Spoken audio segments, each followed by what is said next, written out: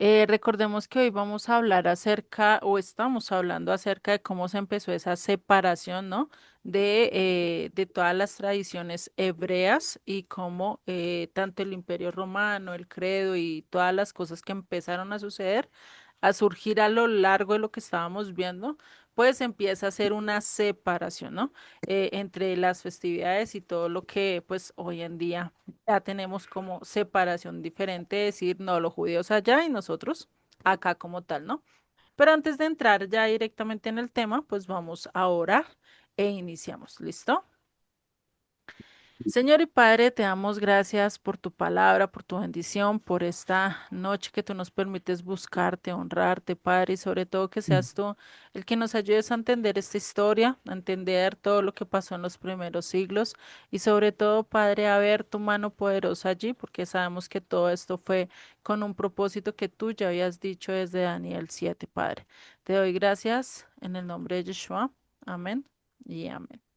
Bueno, familia. Entonces, recordemos que en la clase pasada estábamos hablando acerca de todo lo que era las revueltas judías, todo lo que es el Sanedrín, cómo se compone, ya vimos que se levantaron varios mesías, ¿sí? Se postularon unos pseudo mesías, entre ellos Simón Bar Kokhba, ¿no? Vimos también cómo se le cambió el nombre de Israel a Filistina o más adelante lo que sería Palestina. eh, También vimos cómo se le cambió a Jerusalén el nombre a Elia Capitolina, ¿no? Haciéndole honor a uno de los emperadores que estaba en ese momento. Vimos otras cosas muy cruciales, ¿no? Como las revueltas y por último estuvimos viendo lo que fue con Marción del Ponto, ¿no? Vimos a este personaje que trató de decir, no, hay dos dioses, el Dios bueno y Dios malo, ¿no? El malo del Antiguo Testamento y el bueno del Nuevo Testamento, ¿no? Él fue el primero que hizo como esa separación, esa hojita que todos conocemos en las Biblias, que es como la separación del Antiguo y del Nuevo Testamento, pues está esa hojita en blanco que no tiene nada que ver y es como si rompiera realmente toda la secuencia de la historia, ¿no? Y es como si dijera, no, este es otro cuento, este es otro que ver, ¿cierto? Entonces ahí vemos que Marción del Ponto fue uno de los primeros que hizo esto. Vale, entonces vamos a continuar. Le estaba hablando de Marción del Ponto, ¿no? Que estaba haciendo ese cambio de doctrina diciendo que había un Dios bueno como un Dios malo, ¿no?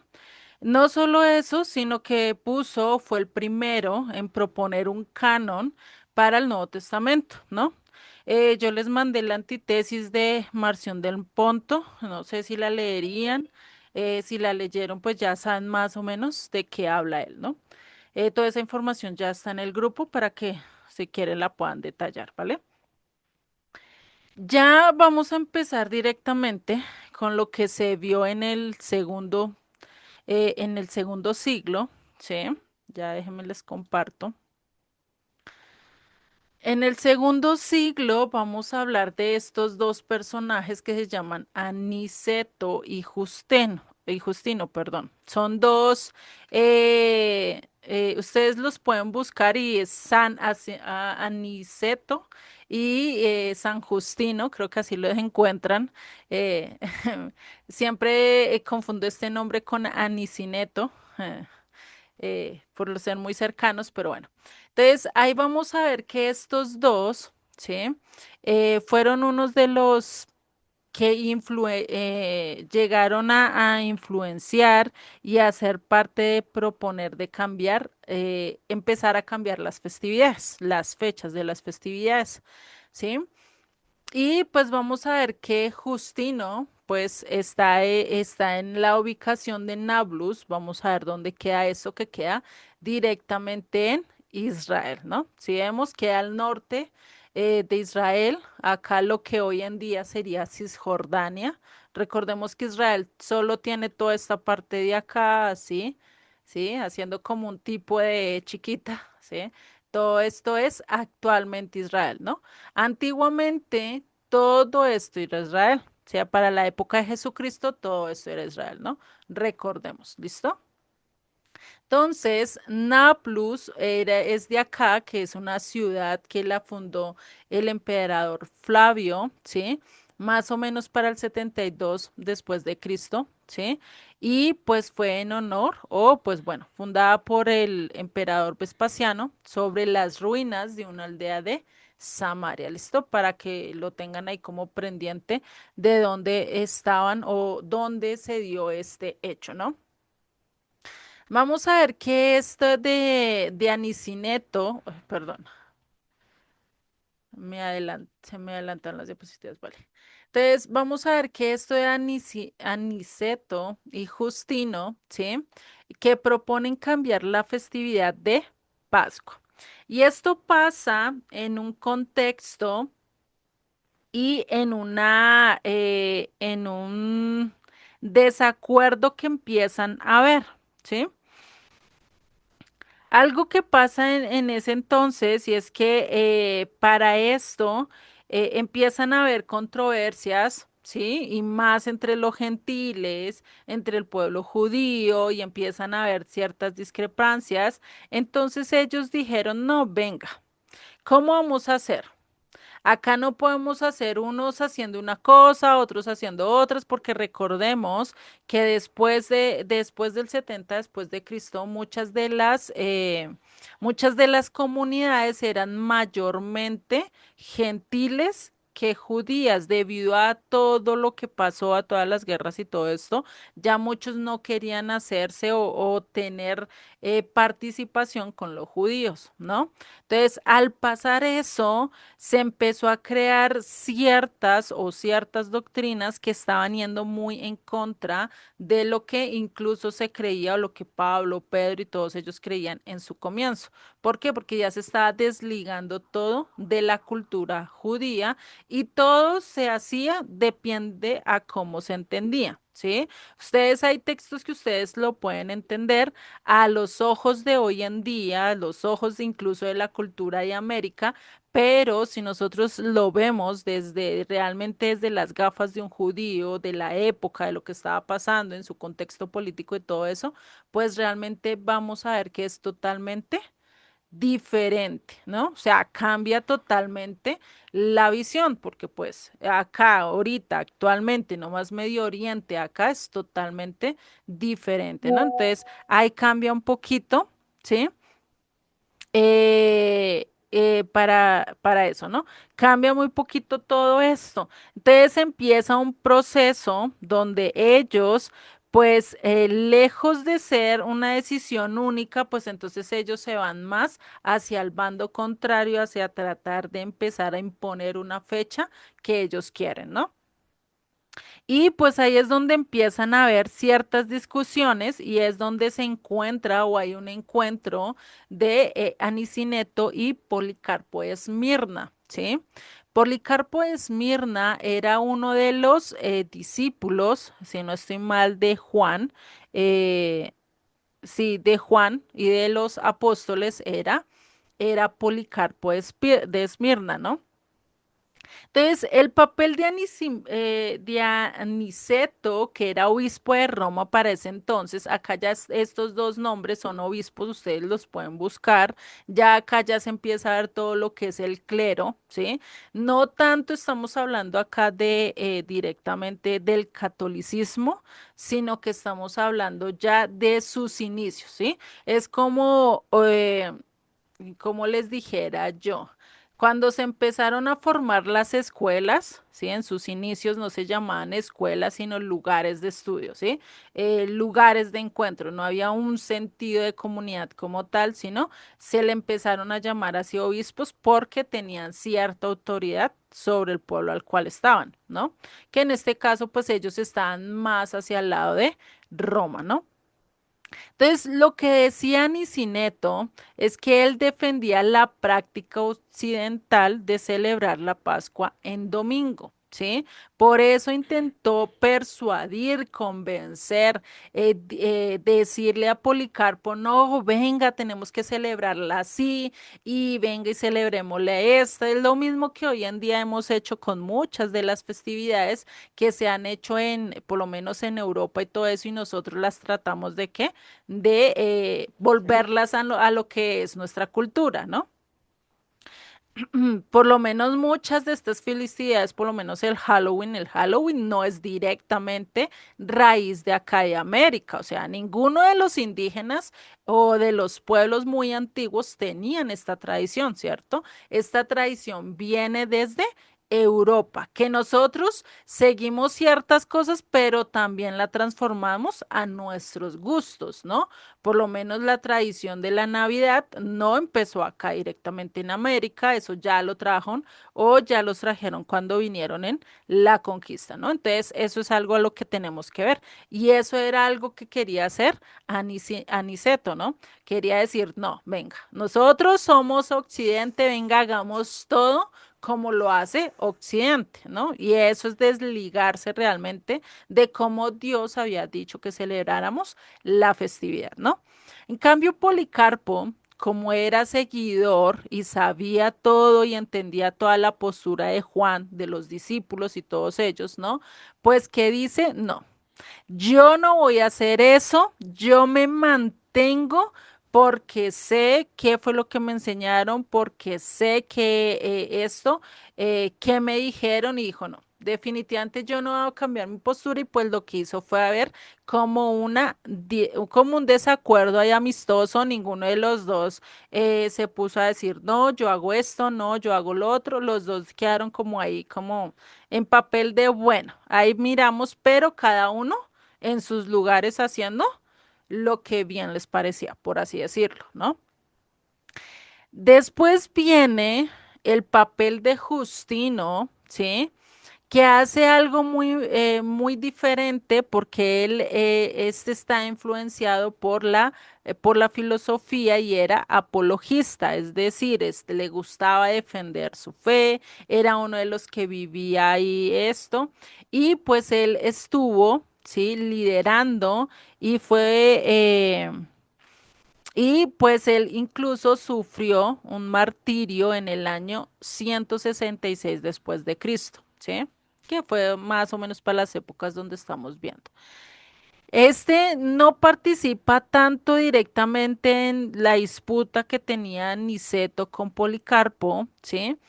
Sino que empieza a buscar un pensamiento teológico, busca empezar a desligar, o sea, él fue el que empezó a hacer como la teoría, por así decirlo, de desligar todo lo que era la Pascua judía y volverla la Pascua de Occidente, por así decirlo, ¿sí? Porque no era todavía la Pascua de católica, porque pues en ese entonces todavía no se conocía como los católicos, ¿listo? Entonces empezaron a desligarse como tal. Y la fecha que ellos proponen es el 14, que se celebraba el 14 de Aviv, que está en Levítico 23, ustedes lo pueden leer, igual esto lo vamos a dedicar un tiempito después, ¿sí? Y él dice, no, pues vamos a cambiarla, tenemos que cambiarla para otra fecha y empiezan con esa discusión, ¿no? Pero pues no llegan a hacer tampoco muchas cosas, ¿no?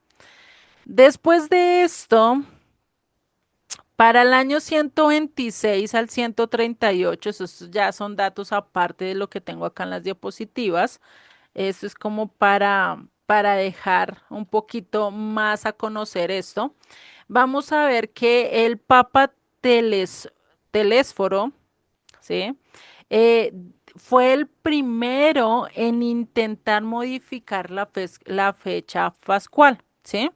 Según algunas fuentes, o sea, pues después de tantos años sabemos que no es tan seguro, ¿no? Entonces, ese fue el tercer obispo o papa que empezó a tratar de hacer esto, ¿no? Vemos que empieza a haber como ese de querer cambiar las cosas, igual que hoy en día, de querer cambiar las reglas, a lo malo llamarlo bueno y a lo bueno llamarlo malo, ¿no?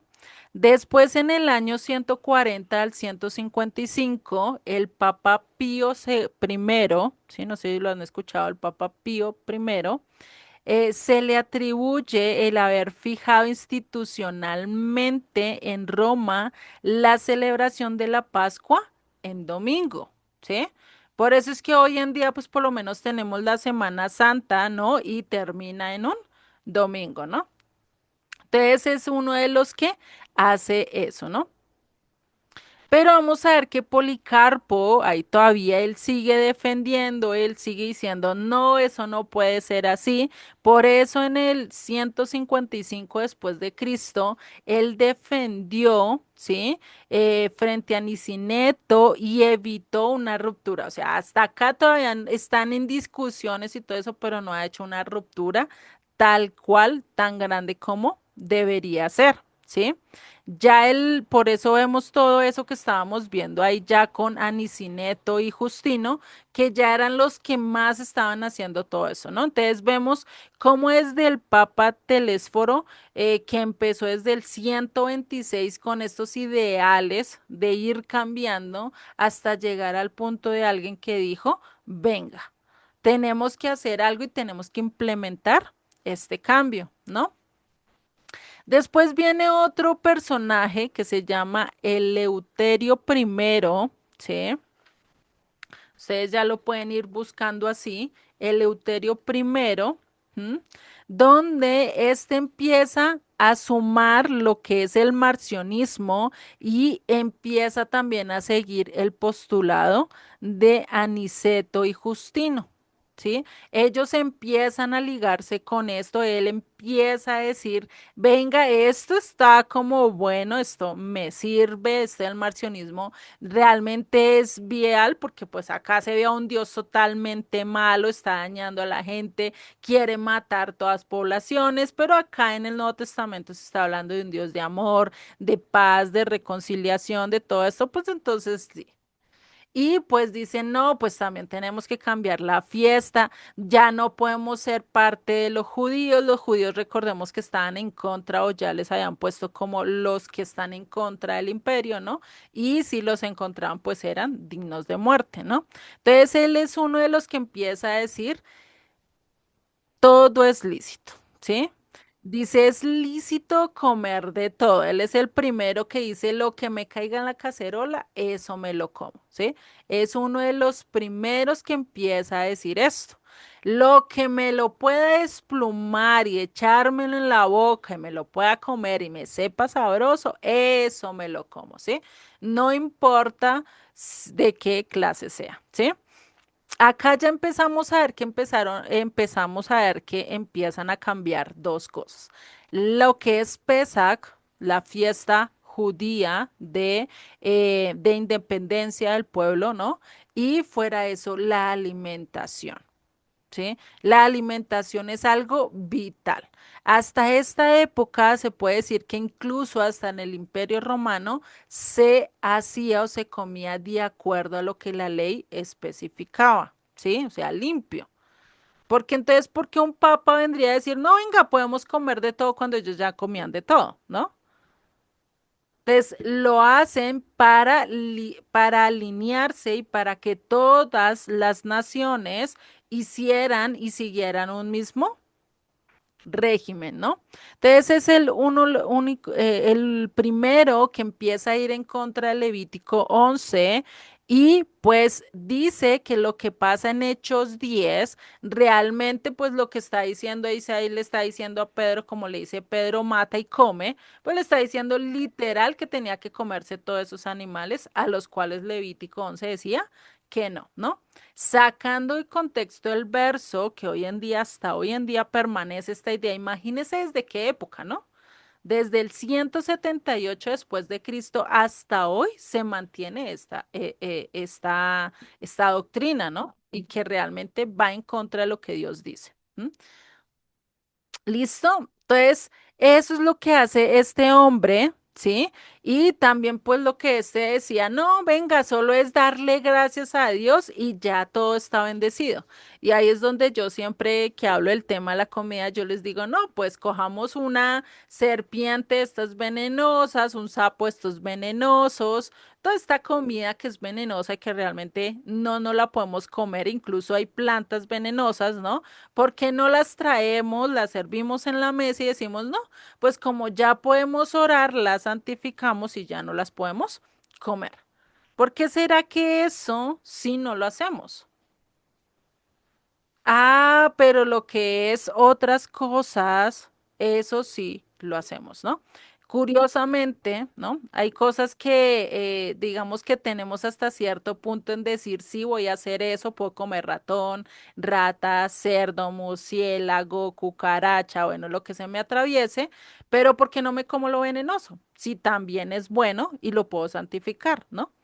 Bueno, de eso son cosas que también pues dicen si todo es bueno, todo me es lícito, todo me lo puedo comer, pues esos también entrarían, ¿no? Pero es algo que vemos que dicen no, o lo que vemos hoy en día, ¿no? Nosotros podemos decir, no, sí, yo como de todo, pero te sirven un ratón, ¿te lo comes? Entonces no podemos decir, no, yo como de todo, ¿cierto?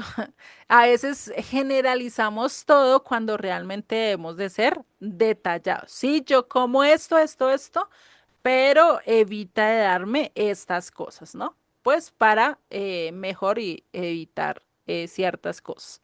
Otro personaje que vamos a ver en el siglo II, del año 188 al 199 después de Cristo, es Víctor I. Víctor I es el que estipula o el que pone como mandato que se celebre la festividad estipula que el que celebre la festividad o el que lleve a cabo la festividad de Pesa, de acuerdo a lo que dice las escrituras, de acuerdo como lo hacía el pueblo israelita o judío, pues es un hereje. ¿Sí? Acá es donde empiezan a decir es un hereje, eso es malo y pues llegaba a ser incluso ir en contra del imperio hasta punto de morir, ¿no? Recordemos que para esa época pues era casi como decir, este es una bruja y pues lo quemaban en la hoguera, ¿no? Más o menos así, ¿no? Entonces le decían, este es un hereje y es el primero que inventó el término de excomunión. No sé, eso sí lo hemos escuchado mucho, ¿no? Es el primero que habla de este término. Hoy en día ya casi ni se escucha, eso yo lo escuchaba un poquito más cuando era chiquita, todavía se sentía ese peso del catolicismo, hoy en día ya, venga, el Papa le dice, lo voy a excomulgar y uno dice, bueno, sí, ya le da como igual porque ya no es lo mismo, ¿no? Anteriormente, ¿qué pasaba con este término de excomunión? Todo regía o todo giraba alrededor de la iglesia como tal. Para esa época, pues era lo que regía el obispo o el imperio romano, ¿no? Porque acá ya empezamos a ver que ya el imperio romano ya no tiene todas las riendas tanto políticas, sino que se las está pasando directamente a los obispos o a los papas, que eso ya viene siendo ya más literal o cumplimiento ya directamente desde Constantino, ¿no? Acá estamos viendo cómo empiezan a ver los pausas o el camino para que Roma empiece a soltar el poder y y lo coja directamente el clero, ¿no? ¿Qué fue lo que pasaba ya en años, por lo menos hace 100 años? Alguien que no estuviera conforme a la iglesia y que no fuera conforme a lo que decía el papita, el cura, pues ¿qué pasaba? Lo excomulgaban y tenía que irse incluso del pueblo, ¿no? Porque eso era un cierre total, eso era un rechazo total, no solo de la iglesia, sino también de toda la comunidad, ¿no? O sea, eso no era algo tan fácil.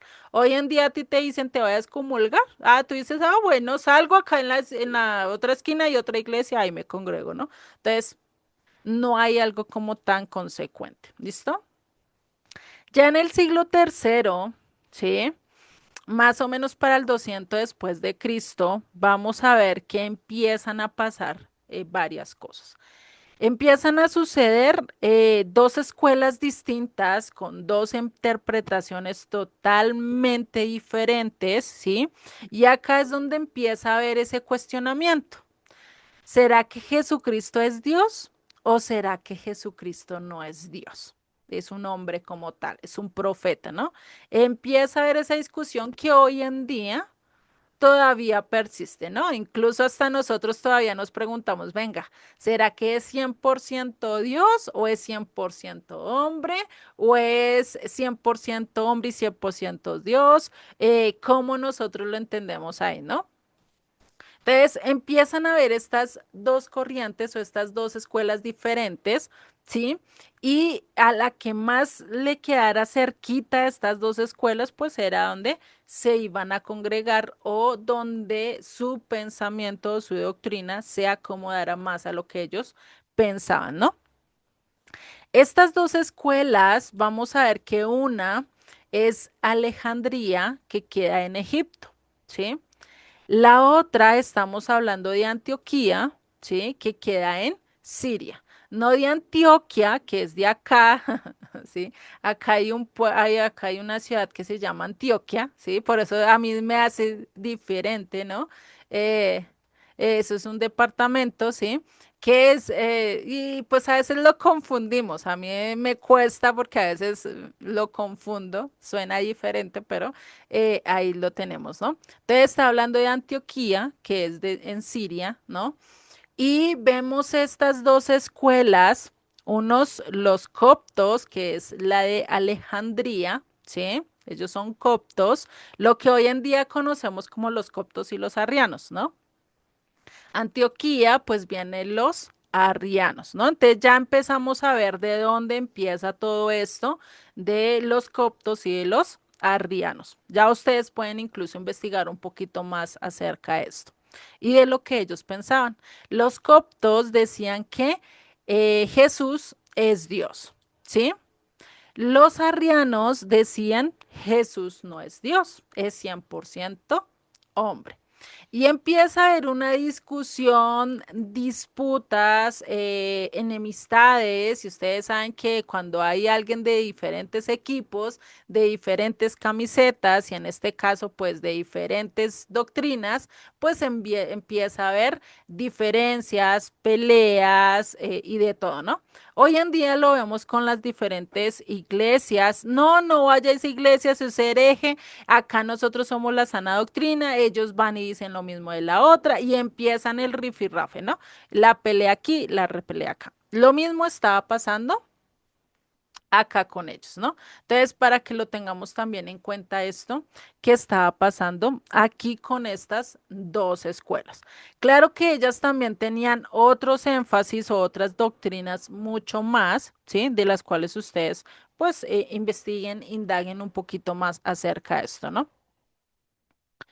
Y esto lo vemos que ellos se dirigieron acá. Entonces, acá queda Antioquia, ¿sí? Antioquía, perdón, ya sí, estoy cambiándole el acento. Antioquía, ¿sí? Queda directamente acá, cerca, muy cerca a Israel, si lo vemos, ¿no? Y Alejandría queda muy cerca de Egipto, ¿sí? Entonces, ahí ya más o menos podemos saber de dónde está hablando tanto los coptos como los arrianos, ¿no? Los coptos acá en la parte norte y los arrianos en la parte sur, o creo que era al revés. Bueno, ya hasta yo me confundí. Bueno, entonces vamos a ir directamente al siglo tercero. Si vemos ahí, ya vamos avanzando en cuanto al siglo y vemos cómo se han ido separando, desligando el uno del otro, ¿sí? O sea, han ido más y más desligándose cada 10 veces más, ¿no? Entonces, acá vamos a ver que ya no vamos a ver tanto a papás, sino que acá vamos a ver a un emperador. Y este emperador Decio, ¿sí? Que está del siglo 251 al 258, fue uno que dijo, venga, esta corriente está empezando a tener muchos seguidores, hablando de la corriente que venía de Jesucristo, de sus seguidores, de lo que todavía andaban creyendo en ellos, ¿sí? Y pues ya acá ya había pasado varios tiempo, ya varios siglos, donde, y ya añitos, donde se estaban empezando a olvidar de los judíos. Ya no había tanto problema con los judíos, pero debido a la nueva corriente que se estaba levantando, porque pues ya había un poquito más de libertad con el tiempo, ya empezaron unos a decir yo creo en esto, yo creo en lo otro, y pues a ganar potencia, ¿no? Tanto que este emperador Decio dice no. Hay muchos judíos, hay muchos creyentes en Yeshua, en Jesucristo. Esto no nos conviene porque van en contra de Roma, en contra de todo lo que ya habían estipulado antes, por lo menos en lo de la festividad de Pesach. Ellos están muy en contra en cambiar el ritual, el día. Ellos estaban muy en contra de cambiar la dieta levítica. Entonces ellos que decían, no. Estos nos están haciendo contrarios, estos nos están haciendo guerras, mejor matémoslos, ¿sí? Pues es la obvia decisión de todo imperio, ¿no? Entonces, acá empieza a pasar algo y es que por temor, muchos empiezan a negar sus creencias. Empiezan a decir, no, venga, yo para estar del lado de Roma, prefiero estar y desligarme de esto, ¿cierto? O decir, no, no, no, no, yo no, no, solo estaba curioseando, ¿no? Mejor yo sigo con ustedes y me camino, ¿sí? Lo que pasa hoy en día, ¿no? Me voy por quien tenga el mejor postor, ¿no? Eso lo vemos en las elecciones, lo vemos incluso en los partidos de fútbol. Unos dicen, ay, no, yo soy de este equipo y cuando va el otro equipo gana, ay, no, yo soy de ese equipo, ¿no? Me voy al mejor postor, ¿no? A no ser que seas uno de los que ya haya tomado una decisión muy radical en cuanto a tu doctrina o a lo que tú quieres, a lo que a ti te gusta, ¿no? Entonces, algo que pasó esto y es que Decio pues empezó a hacer un seguimiento, empezó a hacer directamente a matar muchos judíos, ¿sí? A la muerte de Decio, pues estos que negaron sus creencias querían regresar. Sí, o sea, curioso, ¿no? Ah, ya se murió este, pues venga, ya podemos volver. Y eso pues fue algo que no les gustó a muchos y se empieza a dividir otra vez la comunidad. Novaciano era uno de los que estaban para esa época como líder de la comunidad de los creyentes en Yeshua, ¿sí? Estaba diciendo, no, ellos rechazaron, ellos prefirieron irse con Roma, no los podemos aceptar. ¿Sí? O sea, ese fue tanjante, diciendo, no, ellos no tienen otra oportunidad, cuando realmente Dios nos da oportunidad a todos, ¿no? ¿Cuántos de ustedes llegaron en un momento a conocer de Dios, a distinguir de Dios, y llega un momento en que, ¿qué? En que se apartan, pero después quieren volver, ¿no? A algunos les ha pasado, a otros no, quizá, o otros están tambaleando, ¿cierto? Pero Dios siempre nos da ese espacio de volver ante Él, si realmente venimos con corazón dispuesto y puro, ¿no? No es que ahora lo vayamos a coger de juego, ah, no, es que me salgo y después entro, ¿no? Y pues no, no estaba como en ese de decir, venga, si los aceptamos, después van a estar en el vaivén, a su gusto, ¿no? Y por eso Cornelio, otro de los que estaba allí, dice, sí, yo sí los acepto, yo sí les puedo dejar la entrada y se cree que más o menos para esta época fue más de 100 personas, así medio pausadas que se pueden contar, fueron más o menos 100 personas muertas, ¿sí? Decio empezó esa persecución. No fue tan mordaz, pues porque muchos prefirieron que irse con Roma y hacer de cuenta que no estaban creyendo en eso, ¿no? Pero después se levanta otro emperador, ¿sí? Ya para el siguiente año, que es en el 281 al 284, 3 añitos, donde empieza este emperador Diocleciano, ¿sí? Que este empieza y este lo que hace es dividir a Roma en cuatro, ¿sí? Lo que nosotros conocemos como las tetrarquías. Creo que eso a nivel de historia algunos lo llegamos a recordar, ¿no? O si no lo recordamos, acá estamos para recordar, ¿no? Entonces empiezan las tetrarquías, ¿sí? Él dice no. Pues el imperio es demasiado grande, necesitamos dividir el reino en cuatro. Y muchos historiadores dicen que este fue la caída o el empezar a caer de Roma, ¿sí? Por esta decisión, por querer dividir el imperio. ¿Por qué? Porque ustedes saben que entre alguien tenga un poder similar, va a querer derribar al otro que tiene poder para poder tener un poder total, ¿no? A nadie le gusta que tengan otro mico encima, ¿no? Entonces casi siempre va a estar peleando. Eso pasa igual en los matrimonios. El esposo quiere liderar, la mujer también quiere liderar y empieza el rifirrafe cuando no se entiende realmente el rol de cada uno, ¿no? Entonces, eso empezó a pasar acá con el imperio. Él lo divide en tetrarquías. Inician estas tetrarquías que son estas divisiones, ¿sí?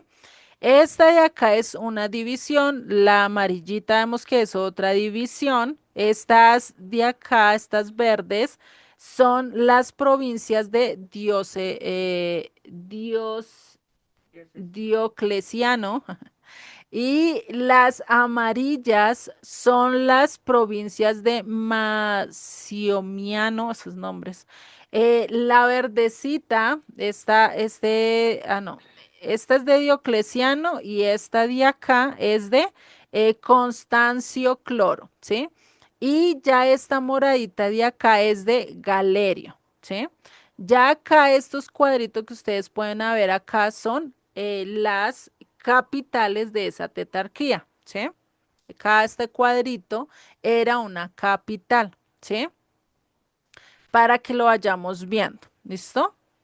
Entonces ahí vemos y este era el límite, todos los límites que tenía Roma en ese momento, ¿listo?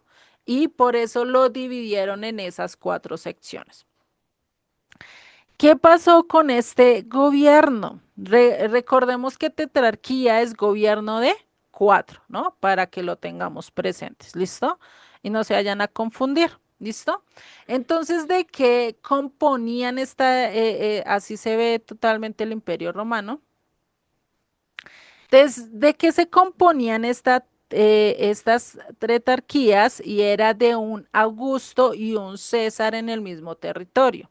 El Augusto tenía mucho más poder y el César era como aquel que estaba dirigiendo mucho más. ¿Sí? Es decir, el primero en gobernante, igual que tenemos nosotros, el presidente y la vicepresidenta, ¿no? Como para poder sustituir ahí ciertas cosas. ¿Qué pasó en este entonces? Pues empezó a haber peleas entre los Augustos y los César. Los César queriendo subir a ser Augustos y los Augustos defendiendo su poderío, pues entonces empezó a ver la decadencia, ¿no? Eso es algo que lo vemos mucho acá, ¿no? ¿Por qué les dicen Augusto debido a Júpiter, ¿no? Para que lo vayan teniendo en cuenta. ¿Listo? Eso es lo que vemos acá con este emperador Diocleciano, ¿vale? Y fuera de eso, él también empezó una persecución mucho más mayor para el 303 al 311 después de Cristo, ¿sí? Él fue una de las que empezó una persecución para su época y que fue la mayor o la más sangrienta persecución que hubo en el Imperio Romano, ¿sí? Contra aquellos que creían en Yeshua, ¿sí? Recordemos, acá ya estaba levantándose el nombre de Jesús, ya muy posiblemente ya estaban separando incluso el nombre de Jesús, pero el objetivo que él tenía era que destruirlos radicalmente, o sea, no dejarlos continuar, ¿listo? Lo mismo que ha pasado en muchas de las épocas hoy en día. Hoy en día que han tratado de acabar con la Biblia, ¿no? Ya lo están empezando a hacer, ya se ven matices que muchos dicen, no, esas Biblias no hay que ponerle cuidado, esas Biblias tienen solo, hablan en contra, tienen una doctrina de odio, eso no la debemos estudiar, no se debe leer, bueno, empieza a hacer todo esto, ¿no? Y vamos a ver acá que desde esta época empieza a haber un cambio muy importante. Para eso necesitamos conocer y distinguir o saber el significado de tres palabras importantes, ¿sí? ¿Cuáles son estas palabras? La primera que vamos a ver es el gnosticismo, ¿sí? ¿Qué es el gnosticismo? Es una corriente, ¿sí? O es un conjunto de corriente o ideas religiosas que se intentan sincretizar o se intenta llegar a un acuerdo en ellas. Tanto filosóficas, religiosas, llegaron tanto a mimetizarse, es decir, que llegaron a formar una sola idea, a mezclar ideas. Es lo mismo que yo coger lo que los aztecas pensaban, lo que los incas pensaban y lo que los chipchas pensaban, sí, estas tres indígenas que posiblemente sus pensamientos, sus festividades y todo era totalmente contrario, y yo coger y mezclarlas y hacer una nueva. Sí, eso era lo que es el gnosticismo, ¿sí? Yo cojo las ideas que más me guste de cada una de todas las doctrinas o de todas las religiones y hago o formo mi propio ideal. Eso es bueno por un lado, pero también es malo, ¿sí? ¿Por qué? Porque es lo que yo quiera. Escojo a mi gusto, a mi parecer, ¿no? Eso es como cuando uno va al supermercado y escojo de las frutas que yo quiera, porque eso es mío, ¿no? Y eso, pues, a nivel de comida se puede hacer, pero a nivel de ideas es peligroso. Podemos tomar ideas totalmente perjudiciales y dañinas, ¿no? La otra palabra que tenemos que ver es el sincretismo, ¿sí? El sincretismo es conciliar doctrinas o fusionarlas, ¿sí? En este caso no las vamos a mezclar, sino que vamos a hacer una idea que suene bonita, ¿sí? Vamos a mezclar dos doctrinas, en este caso podemos coger la brujería y coger el romanticismo. Ah, vamos a romantizar la brujería, ¿sí? Y empiezan a crear poemas y a crear cosas así. Eso es lo que tratan de hacer. Conciliar dos doctrinas que parecen totalmente opuestas, pero yo las voy a unir, el sincretismo, que es lo que hoy en día quiere hacer el Papa, ¿no? Hoy en día quiere hacer la sincretización tanto de lo que es el cristianismo, el catolicismo y el judaísmo, ¿no? Volverlos, no, mentiras, estoy confundiendo. Es el cristianismo, el islamismo y el judaísmo. O sea, quiere que estas tres se sincreticen, se unan, se fusionen y se conviertan en una sola doctrina cuando realmente son infuncionables. O sea, es difícil de fusionar estas porque sus ideales, sus pensamientos son muy contrarios, mucho más la del musulmán con la del judío y el cristiano, ¿sí? Posiblemente el cristiano con el judío, poquito más pausable, es un poquito, se alinean más, ¿no? Pero a diferencia de lo que es el musulmán, ¿no? Entonces, eso es algo que por lo menos el Papa la tendencia al catolicismo ha querido hacer, ¿no? Entonces, eso es lo que ha querido hacer unir ideas que son totalmente contrarias, ideas totalmente opuestas y armonizarlas, hacerlas en un texto o en una frase así tipo poética que a nadie le disguste, sino, ay, es que suena tan bonito, pero por detrás eso está de doble filo, ¿no? Entonces, ahí es donde tenemos que tener cuidado con el secretismo, mirar qué es lo que realmente nos están vendiendo, porque hoy en día sí que nos están vendiendo ideas, sí que nos están fusionando cosas que van muy opuestos a lo que Dios quiere decir. Hoy en día, por lo menos, algo que podemos ver es con el feminismo. Nos brindan o nos venden la libertad de la mujer, pero también nos venden la idea de abortar, ¿no? Y eso son dos ideas totalmente opuestas porque la libertad de la mujer no le quita que pueda tener hijos, ¿sí? Pero hoy en día venden que la libertad de la mujer es poder decirle, no quiero tener hijos y si los tengo, los puedo destruir, ¿no? Eso es algo que hoy en día están vendiendo y son ideas opuestas, pero que están funcionadas y las están vendiendo de manera tan bonita que muchos de los jóvenes hoy en día las están tomando y están creyendo en estas ideas, ¿no?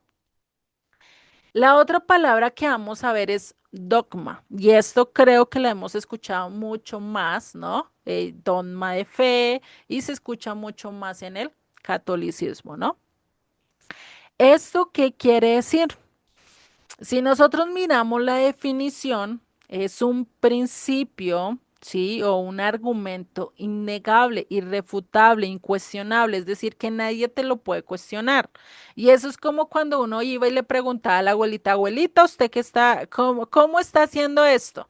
Ay, mijito, acá no se meta, vaya para allá, ¿cierto? No le podías preguntar X cosa porque si no te mandaban o te daban tu golpazo, ¿no? ¿Por qué? Porque era algo que no se podía hacerle o que había ciertas preguntas que a las abuelitas definitivamente no les gustaba que le preguntáramos, ¿cierto? Y en vez de decir, no te voy a responder, pues lo que hacían era lo diferente, ¿no? El clásico, porque yo lo digo.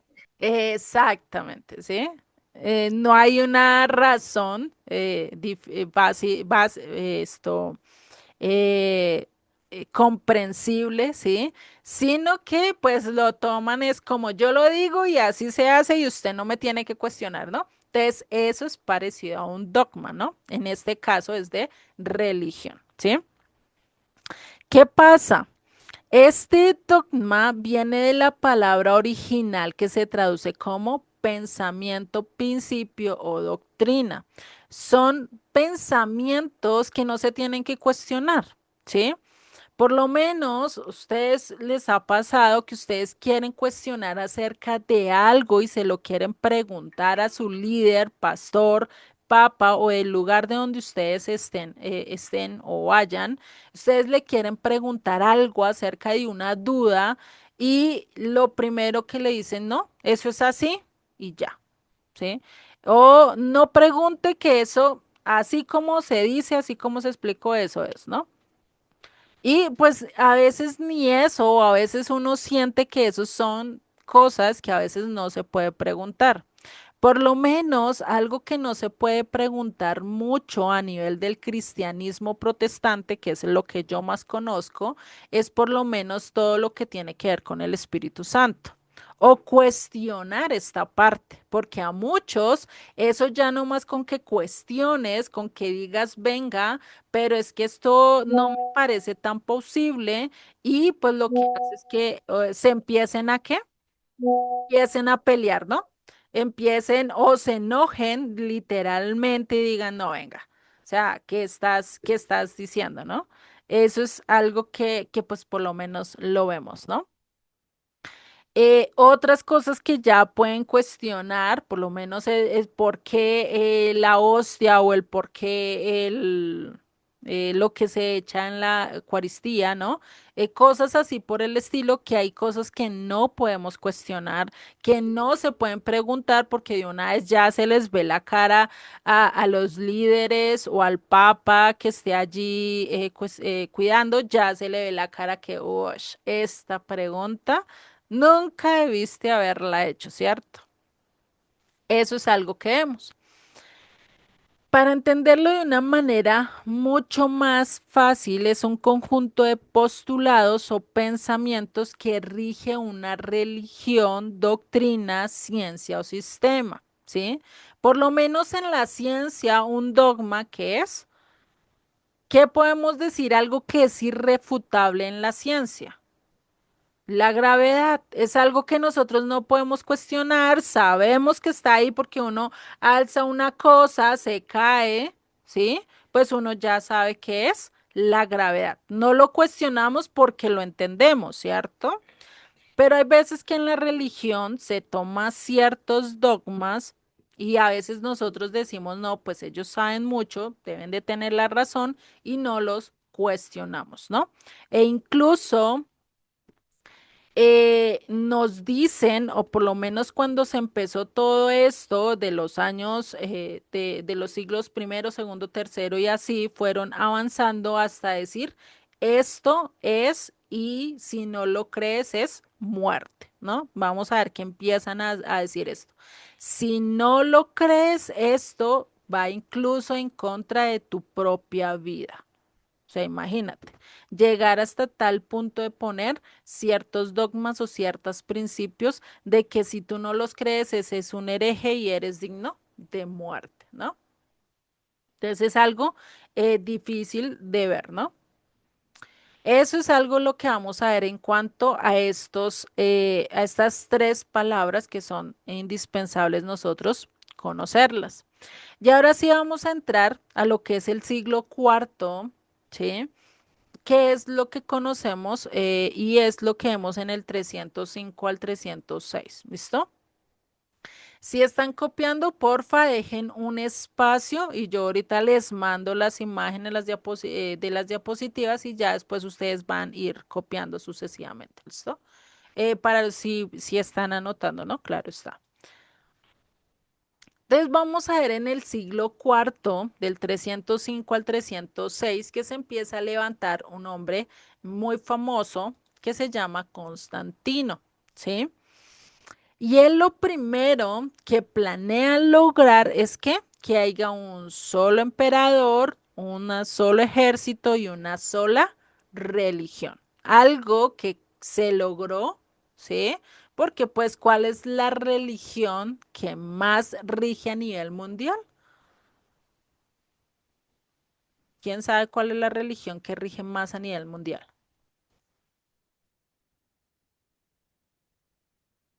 La católica. Exactamente. Él fue el primero en empezar a dar los pasos o a afianzar mucho más para que se dé todo lo que es el catolicismo. Lo que pasaba es que él, su religión era el mitraísmo, ¿sí? Y pues, bueno, yo ahorita les voy a hablar de eso. Él creía mucho en el mitraísmo, sobre Mitra. Y muchas de las cosas que se hacen en el mitraísmo se ligaron con lo que él empezaba a formar, incluso con lo que se creía o lo que tenían algunos de los creyentes seguidores de Yeshua. Empezó a ligar, a sincretizar ideas, ¿sí? Eso fue algo que hizo. Algo que él tenía y es que él adoraba por lo menos al sol, la luna y las estrellas, ¿sí? Esa era su triada favorita. Ya después vamos a ver y entender qué era la triada. Algo que se ve mucho en tiempos antiguos que se maneja mucho las triadas, ¿sí? Por lo menos la triada griega es de Zeus, Apolos y Júpiter, si no estoy mal. Los que saben de mitología me lo pueden decir y decir definitivamente fallaste. Estoy hablando de acuerdo a lo que medio me acuerdo, pero él lo que adoraba mucho más era el sol, la luna y las estrellas. Y si nosotros lo vemos, eso está ligado mucho en el catolicismo. En el catolicismo, todo lo que es la aerola, que le parece a los santos y todo eso es el reflejo del sol, ¿no? Hay algunas cosas que lo tienen con la estructura casi de la luna, ¿sí? Y hay muchas cosas que también se le ven que están las estrellas ahí mismo o las tienen como de modo simbólico, ¿sí? Para eso ustedes deberían estudiar cada uno de los símbolos de la Iglesia Católica y se van a ver que tiene mucho sincretismo en cuanto a su creencia, ¿sí? Algo que pasó él y que él empezó a formar su propia religión fue con un sueño que él tuvo, ¿sí? Él una vez en un campamento se soñó que en el cielo estaba viendo la cruz y empezó a ver este símbolo, ¿sí? Que fue algo que él empezó a decir, esto es de Dios. Él me está diciendo que yo tengo que ser parte de él, ¿sí? Y pues ahí es donde Constantino se convierte, ¿sí? Y empieza a hacer muchas cosas que este símbolo es el in oxino vinces o con este signo vencerás, lo pueden buscar o también lo pueden encontrar como el crismón o el cristograma, ¿sí? O lo que ustedes ven en la hostia, los que han estado en la católica, lo que ven en la hostia como el IHS, ¿sí? El IHS está directamente, si no estoy mal, en la hostia, y eso es también lo que es el símbolo de este que vemos acá, ¿no? ¿Vale? Fuera de eso, pues Constantino, pues no solo se quedó con eso, sino que ya años más adelante, él al crear su propia religión, al crear todo eso, pues incluso empieza a ir y ver que el aumento de los seguidores al cristianismo, a Yeshua, pues está aumentando y pues él dice, no, venga. El que crea, el que no crea lo que el emperador está diciendo, este es un hereje y debe morir. Esto es una de las cosas que Constantino estaba diciendo. Esto ustedes ya lo pueden ir buscando, ¿sí? En cada una de cuando empiecen a estudiar todo esto acerca de historia, ¿sí?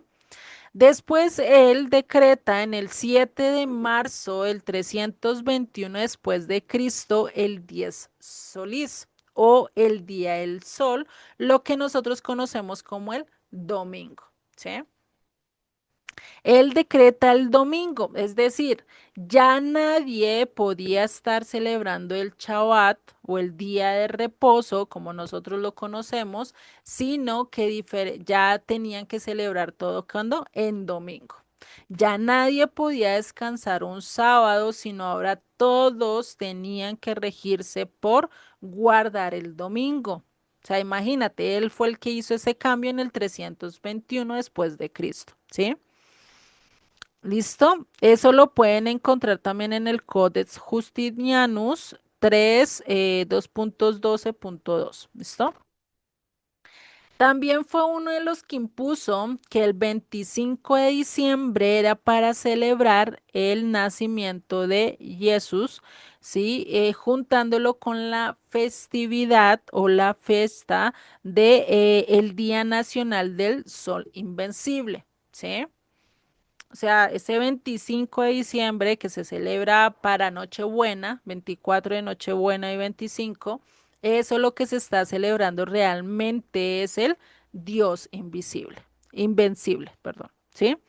Y pues incluso asimilando con la celebración de la Saturnalia, ustedes pueden averiguar y muchos, incluso de los que creen en la brujería y todo eso, saben que el 25 de diciembre se celebra la Saturnalia, ¿sí?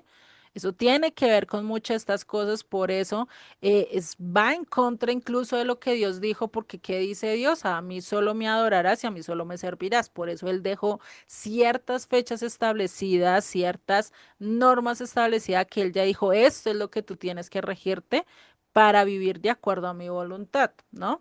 Ya es de cada uno de ustedes que decían qué hacen y qué no hacen, ¿no? Entonces vemos que él empieza a hacer su propia religión, incluso Constantino se convierte al cristianismo, ¿sí? Pero curiosamente él se termina bautizando casi en su lecho de muerte, ¿sí? Es curioso. Él no se bautiza antes, sino ya cuando está en sus últimas de morir, ¿sí? Este es un dato curioso. Dime, Pedrito. Perdón, dijiste que el 25 de diciembre adoran, ¿qué? La Saturnalia, la celebración de la Saturnalia y el nacimiento, espérate, y sí, el nacimiento del sol invencible. Muchas gracias. Vale. Igual todo eso lo pueden buscar estudiando solo la historia de Constantino, qué fue lo que hizo Constantino, en qué creía Constantino, eso lo pueden ver ahí, ¿listo? Déjenme en un momento.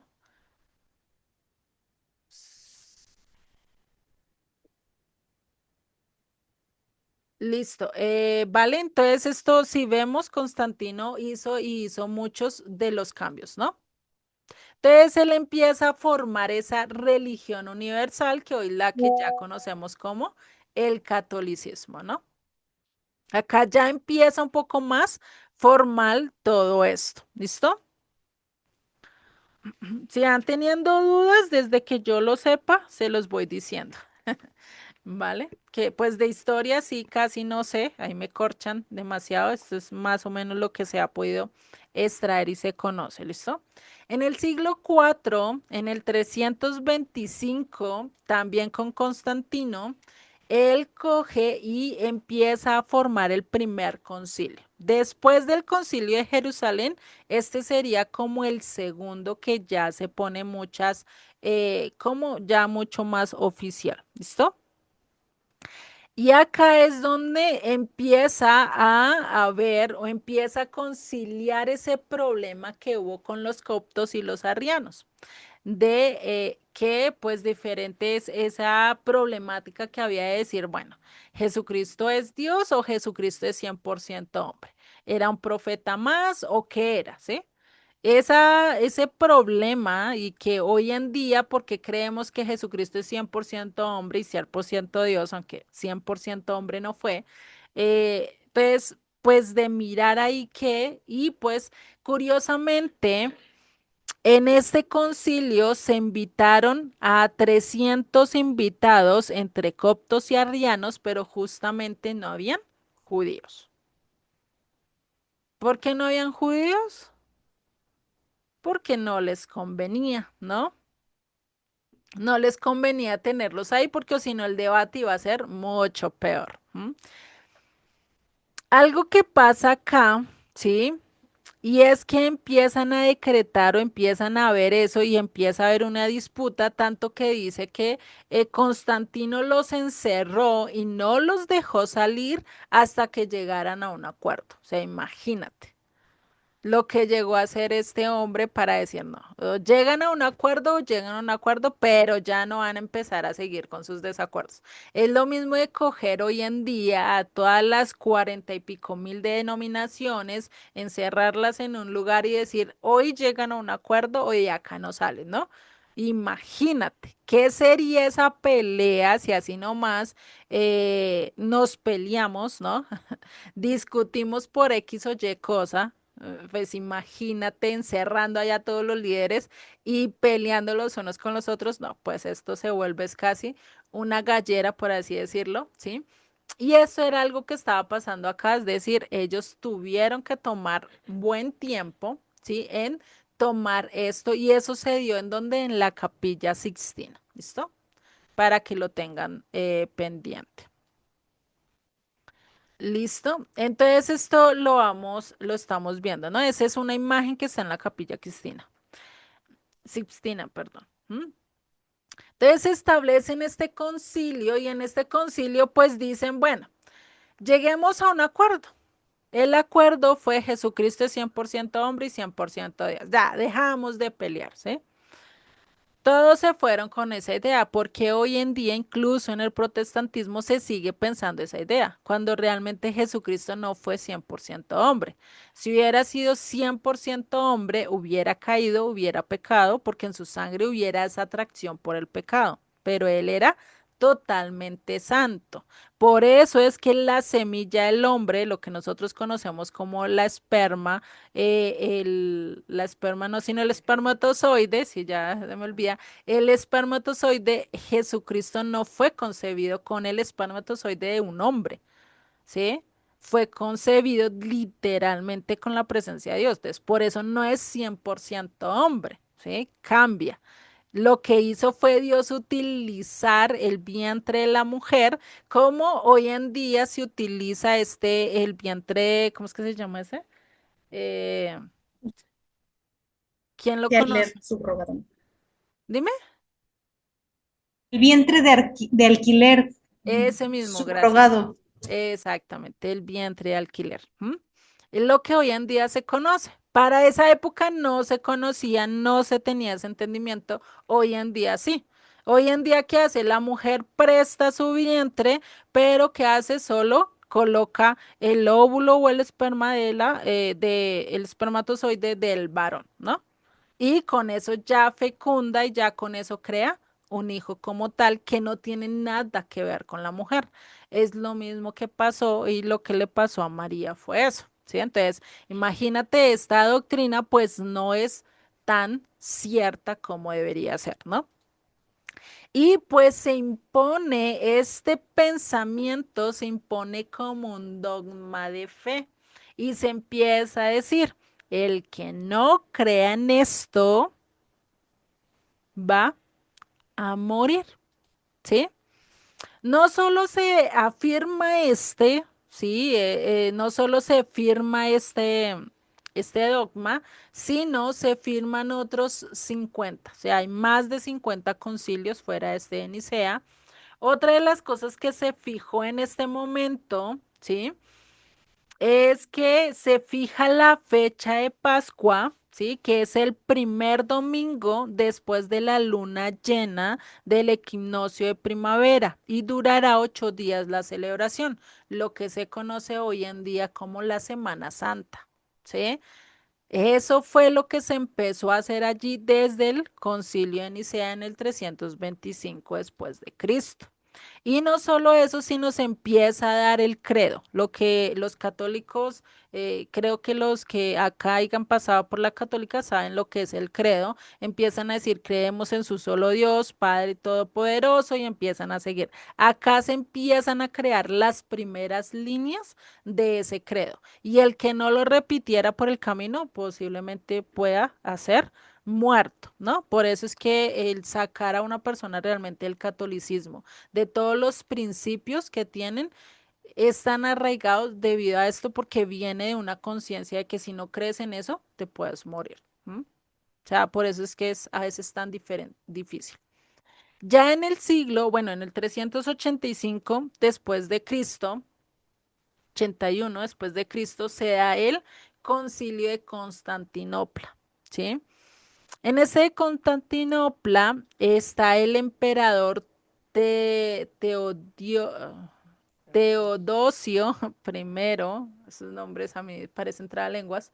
Este emperador Teodosio primero era uno de los que creía o que empezaba a agrupar los dioses. Él es el que empieza a creer en la Santísima Trinidad. Imagínate. Hasta el 381 nadie hablaba de la Trinidad, no se conocía como al Padre, al Hijo, al Espíritu Santo. Sí se hablaba de ellos, pero no en términos como hoy en día se conoce como la Trinidad. ¿Listo?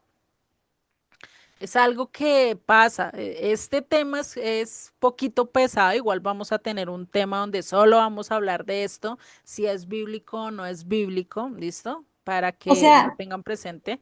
Dime. como en conclusión, es en ese concilio en el que se inventa la Trinidad, Exactamente, prácticamente. sí. Ay, es prácticamente un invento, ¿no? Sí, lo establecen como dogma, es decir, ya lo venían pensando, ya lo venían ahí, sí, como dicen, planeando, poniéndolo en el horno, hasta acá este año, en el 385, 81, es cuando ya lo ponen como dogma de fe. El que no crea es un hereje, ¿sí? Ya en este momento, y fue por este emperador Teodosio, ¿sí? Acá lo vemos, Padre no es Hijo y Hijo no es Espíritu Santo y Padre no es Espíritu Santo, pero Dios es Padre, es Hijo y es Espíritu Santo.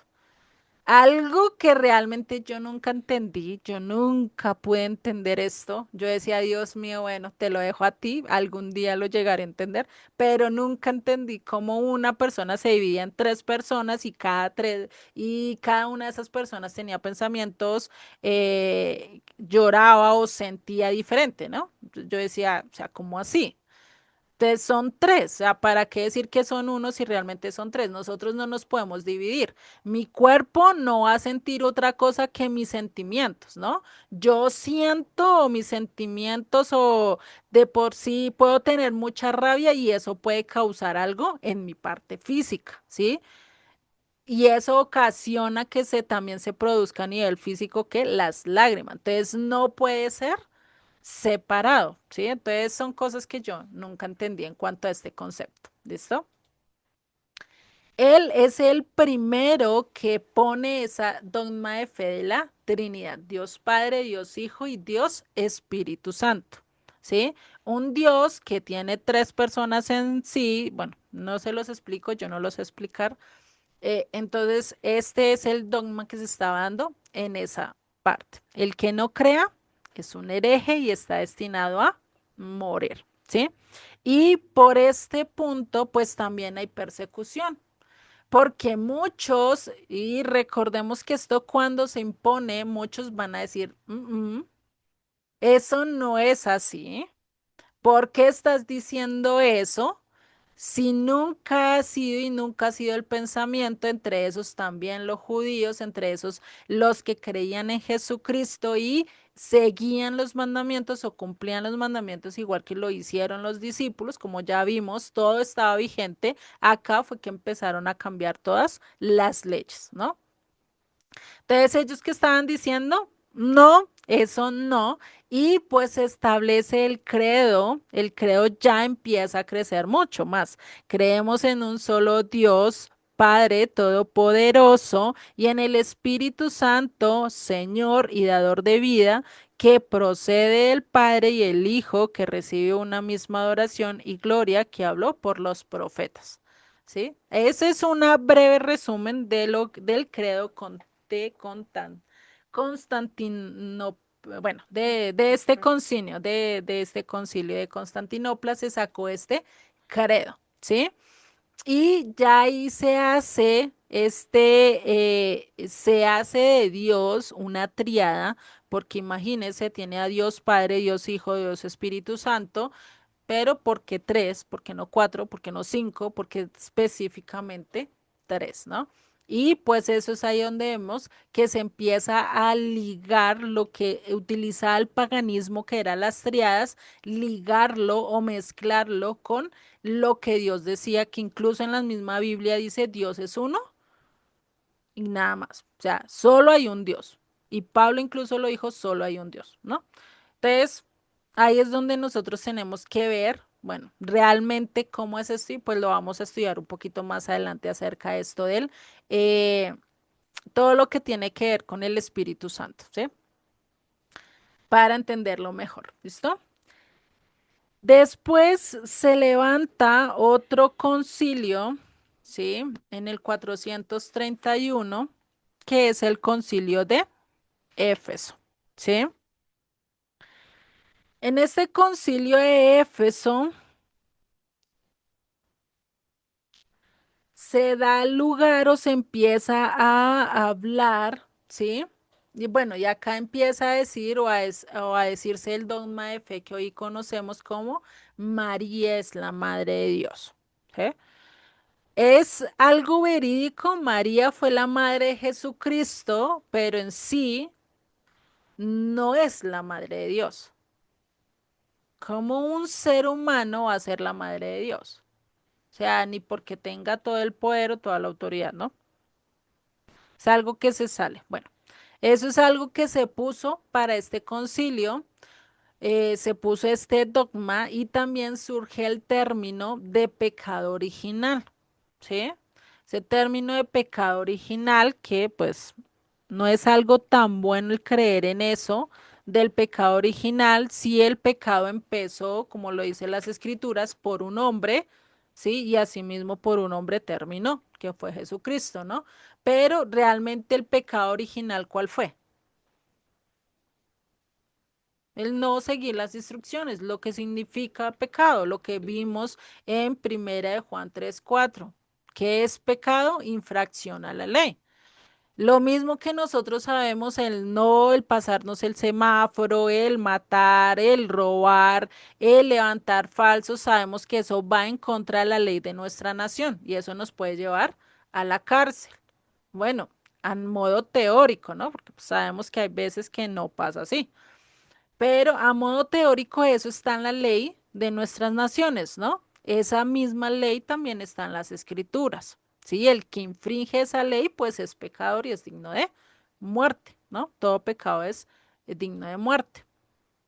Entonces, el motivo por el que hace esto, y es que empieza a hacerse, algo que empieza a hacer acá, para poder hacer y poder lograr mantener como saber cuánta gente estaba o qué población tenían, pues lo empezaron a hacer a través de un censo, ¿sí? Empezaron a censar a cada uno de los integrantes que empezaban a estar creyendo en todo esto, pues en este caso, y recordemos que para esa época era la mayoría de la gente, ¿sí? Eran muy pocos los que iban en contra de la iglesia, ¿sí? Y pues empezaron a crear, ya acá ya se empieza a ver mucho más lo que es el catolicismo, porque ya empieza a haber mucho más orden, ¿no? Empiezan a bautizarlos y al momento de bautizarlos los hacen eh, lo hacen con con el objetivo de poder saber cuántos realmente están bajo su dirección, bajo su organización y pues asimismo establecer ciertas reglas o establecer ciertas normas, ¿no? Lo que antes por eso cuando se daba por lo menos el voto de excomunión, ese título de que eso es comulgado, pues cuando se daba ese título, pues lo tachaban de la lista y lo podían sacar, pues era mucho más fácil, ¿no? Porque que regía todo, Roma era el que estaba a poder de todo, tanto a nivel político como religioso, y pues eso era sacarlo de todo lugar, ¿no? Lo que hoy en día pues ya no tanto. Pero eso lo que hacía y para atemorizarlos mucho más, pues les decía, si ustedes están siendo mal y no van y van en contra de la iglesia, pues ustedes se van al purgatorio, ¿sí? No van a tener un mejor final.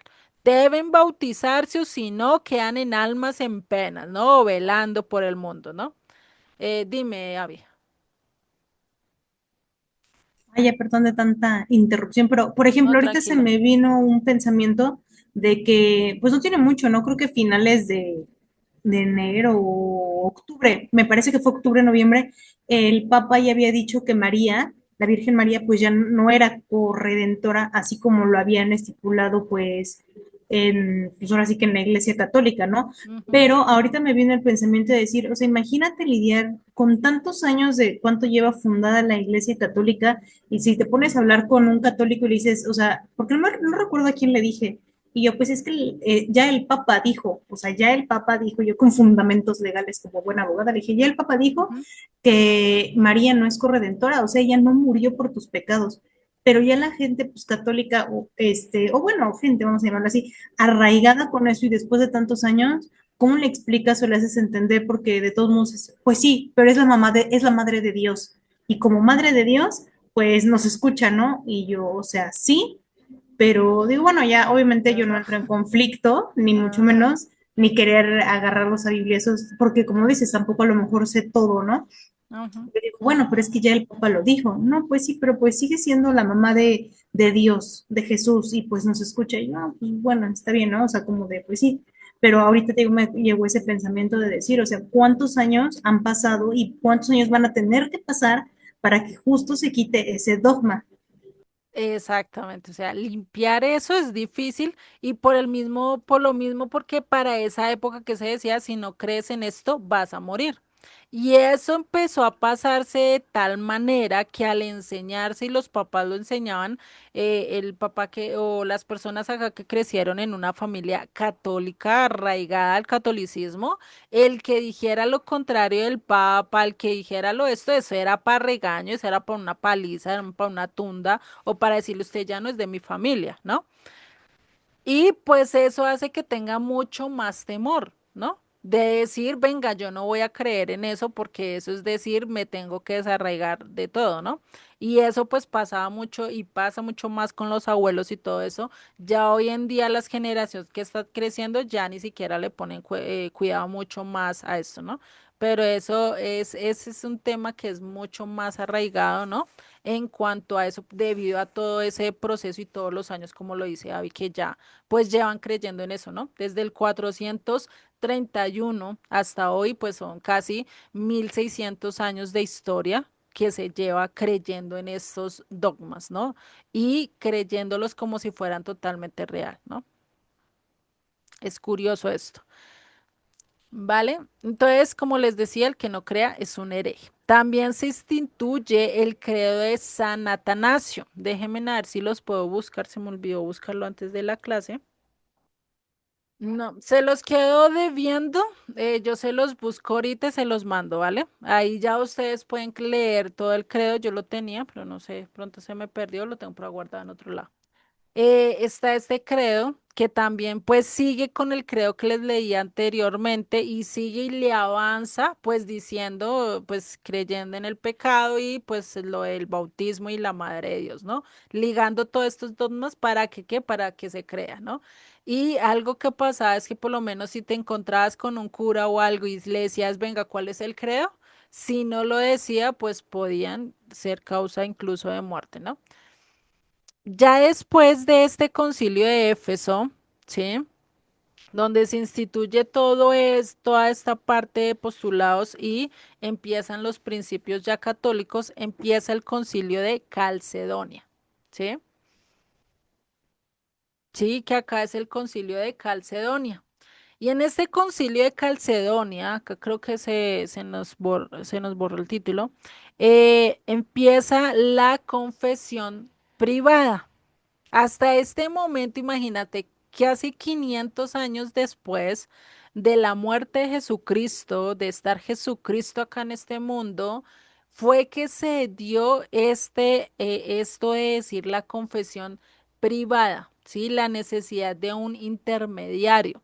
Anteriormente el intermediario, ¿quién era? El profeta, el sacerdote, pero acá ya dijeron, no, la iglesia. El papa tiene que ser el intermediario, ¿sí? Algo que realmente podríamos decir y muchos dicen, no, sí, pero es que anteriormente estaba el sacerdote, estaba el levita, estaba el profeta que venía y hablaba con Dios, pero el problema es que ellos nunca recibieron la confesión del pueblo. ¿Ustedes dónde ven que por lo menos Samuel haya cogido y le haya dicho al pueblo, venga, me tienen que hacer una fila y todos me van a decir sus pecados y me los van a tener que confesar? No, él sabía que el pueblo estaba pecando. ¿Por qué? Por lo que él podía ver, por lo que él podía detallar. Lo mismo que hoy en día nosotros podemos ver, nuestros países están fallando por esto estamos viendo, ay, están yendo en contra de esto, ¿sí? ¿Por qué? Porque lo podemos ver. Pero eso no quiere decir que estamos yendo donde el presidente, a donde los senadores, a donde cada persona a decirle, venga. Ahora me tienes que decir tu pecado. No porque eso se hacía directamente con quién, con Dios, ¿sí? Y ahí se está quitando el decir solo Dios y solo a Dios le tengo que confesar mis pecados, sino ahora se los voy a decir al cura o al papa. ¿Y eso qué pasa? Eso tiene una doble hoja o una doble espada para nosotros, es una espada de doble filo. ¿Por qué? Porque si el cura conocía todos mis secretos y si al cura se le ocurría en medio de la prédica coger y sacar todos los trapitos al sol de todas las personas, ¿qué pasaba? Imagínense, ¿no? Pues todos estaban siendo vendidos. Estaba ese decir yo confío o no confío, ¿no? Entonces, imagínese eso en un pueblo chiquito donde todos se conocen y se sepan los chismes de todos, pues imagínate, ¿no? Semejante problemón que se levanta, ¿no? Y pues todo esto ya se empieza a ser impuesto, ¿por qué?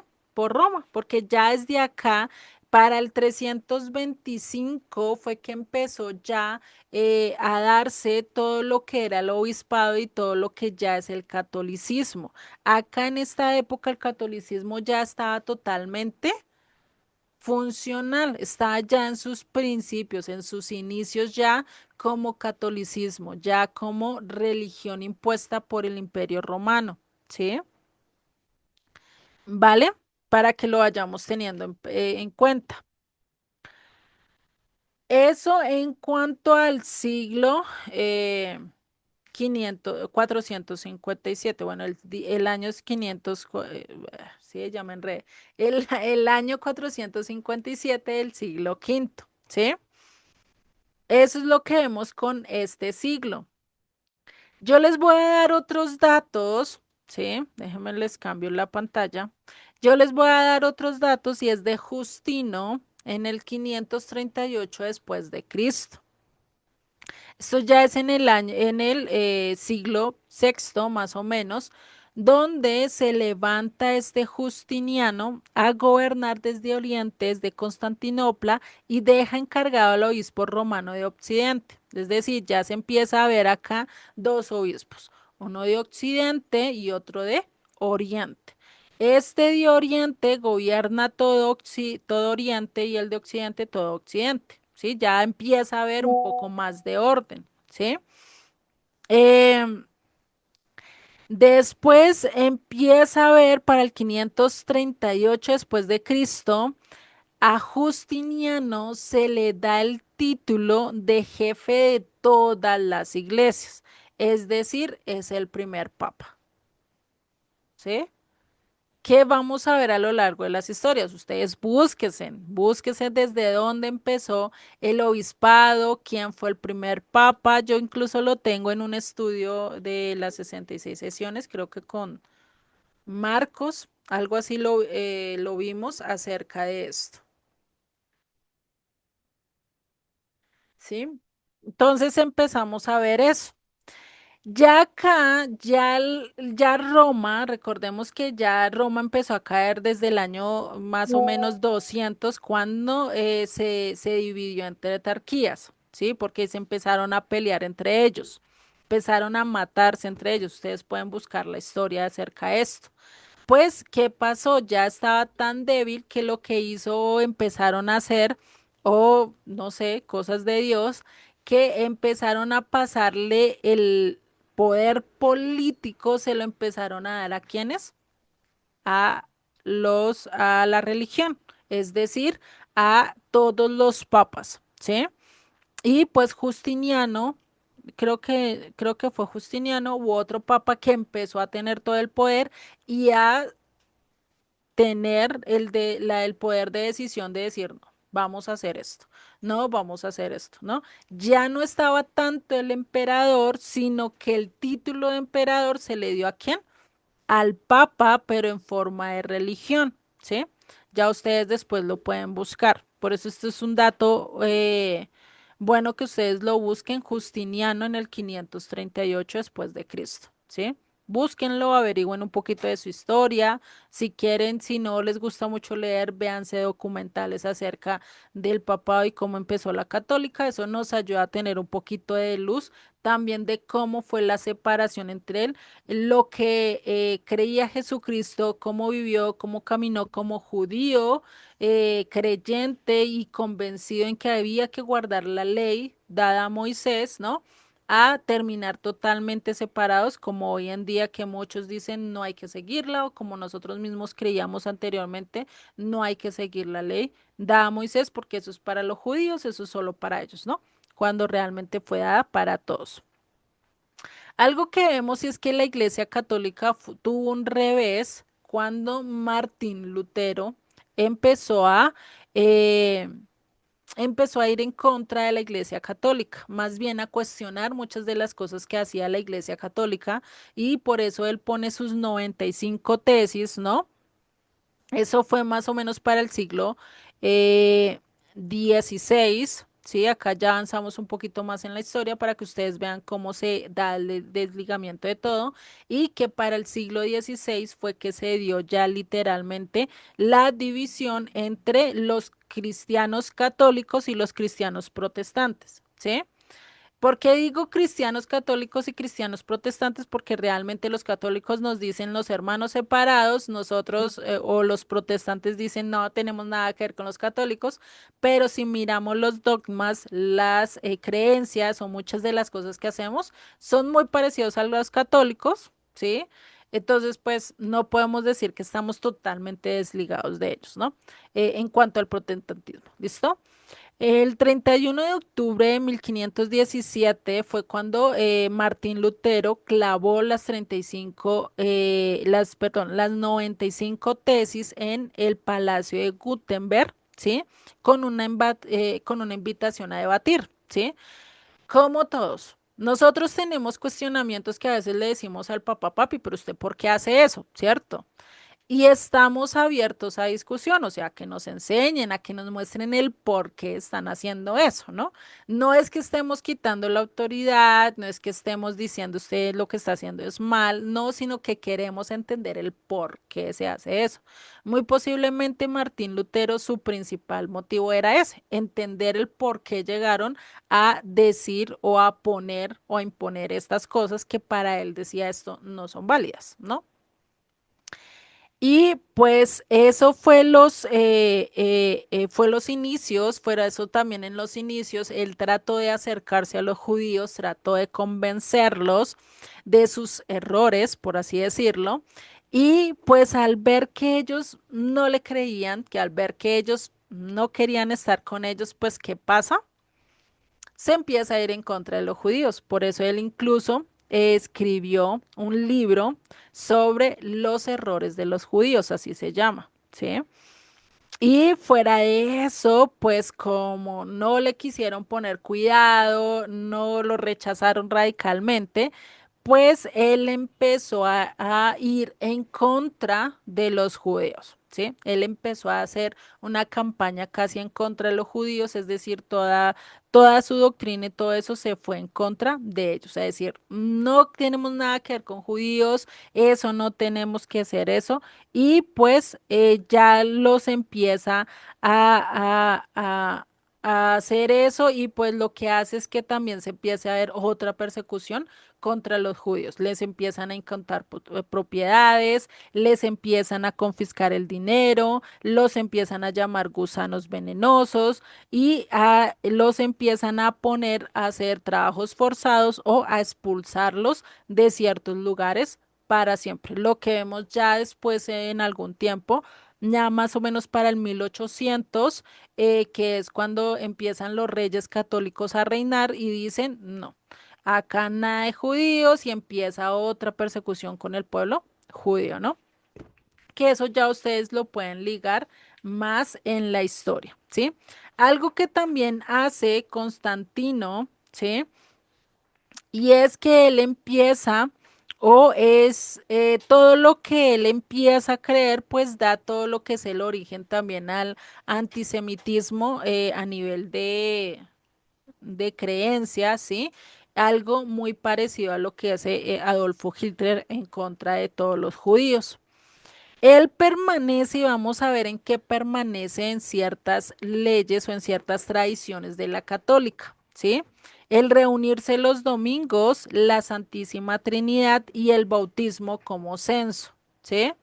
Porque, pues, ¿qué tiene la iglesia? El bautismo, ¿para qué le sirve? Para saber cuántas personas tiene y cuántas personas no tienen, ¿no? O cuántas personas realmente están vinculadas a la iglesia, ¿no? Algunas de las que rechazó completamente es la intercesión de los santos, ¿no? De los santos o de las vírgenes, ¿no? Todo lo que conocemos a las Marías.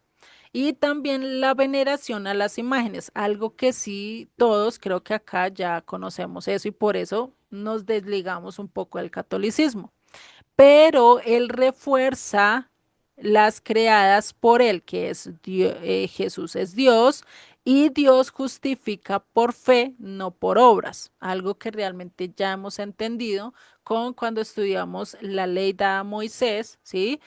Todo lo que es el Pentateuco, entendemos que es una evidencia, nosotros tenemos que tener evidencia de lo que Dios nos dio, ¿no? Entonces, ahí vemos que hay cositas que todavía está como mal, ¿no?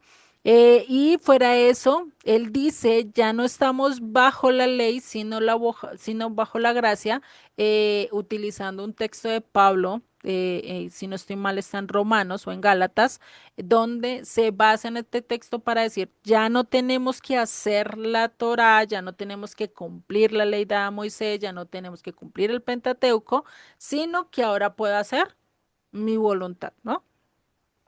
Eso. Y fuera de eso también pone las cinco solas.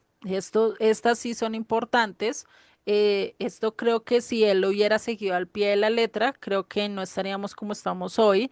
Él puso las cinco solas que son la sola escritura, la sola fe, la sola gracia, solo Jesucristo y y solo la gloria a Dios, ¿sí? Y en esto creo que todos estamos de acuerdo en que solo debemos basarnos en las escrituras, debemos tener una plena fidelidad en Dios, que eso es lo que significa realmente fe. La gracia es un regalo inmerecido que Dios nos dio y por eso solo hay una gracia, que es la de Dios. ¿Y quién nos la dio? A través de Jesucristo, a través de su sacrificio, a través de todo lo que él hizo y por eso solo le damos la gracia, la gloria ¿a quién? A Dios, ¿no? Entonces, creo que con eso no estamos tan en contra de Martín Lutero. Hay otras cosas que pues realmente no estamos muy de acuerdo de él, pero hay otras que sí podíamos estar de acuerdo con él, ¿no? Esto sería lo que veríamos totalmente en historia, ¿sí? En la historia como tal, de los primeros 5 siglos, yo le reuní estos dos personajes que también son importantes en la historia.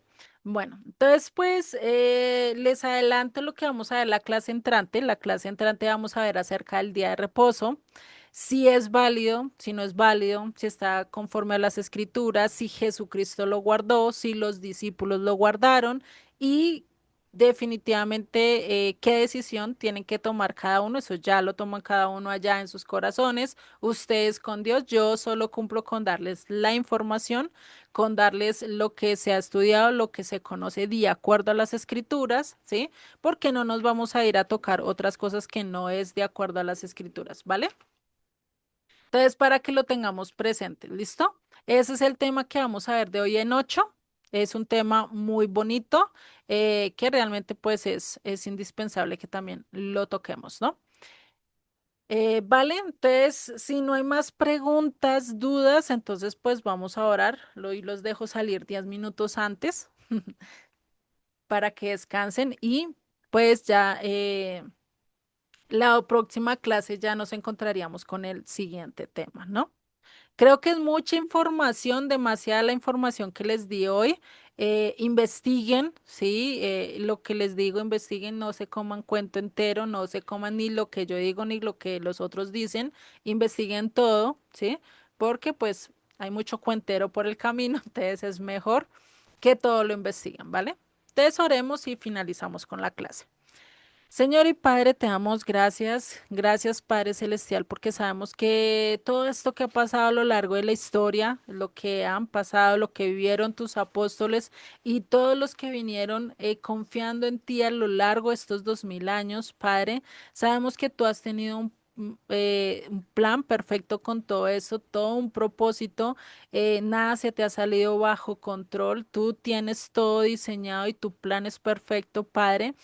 Ayúdanos a verte en cada una de estas transiciones, ayúdanos a verte en cada uno de estos procesos, Padre, y sobre todo que también en nuestras vidas que hemos pasado en transición de transición, en pasar del catolicismo al protestantismo y ahora al conocer todo esto que estamos conociendo, Padre, que seas tú el que nos guíes, que seas tú el que nos des el entendimiento y sobre todo, Padre, que no permitas que nosotros nos perdamos en medio del camino, sino que antes podamos empezar a caminar y a quitar toda esa maleza del camino que es el que tú nos estás pidiendo seguir, Padre. Te doy gracias por tu palabra, gracias por cada uno de los que estuvieron acá, que quisieron escuchar y aprender de ti, Padre, que seas tú el que les hables y les instruyas mucho más y más a aquellos que están viendo todo por diferido, Padre. Te doy gracias en el nombre de Yeshua.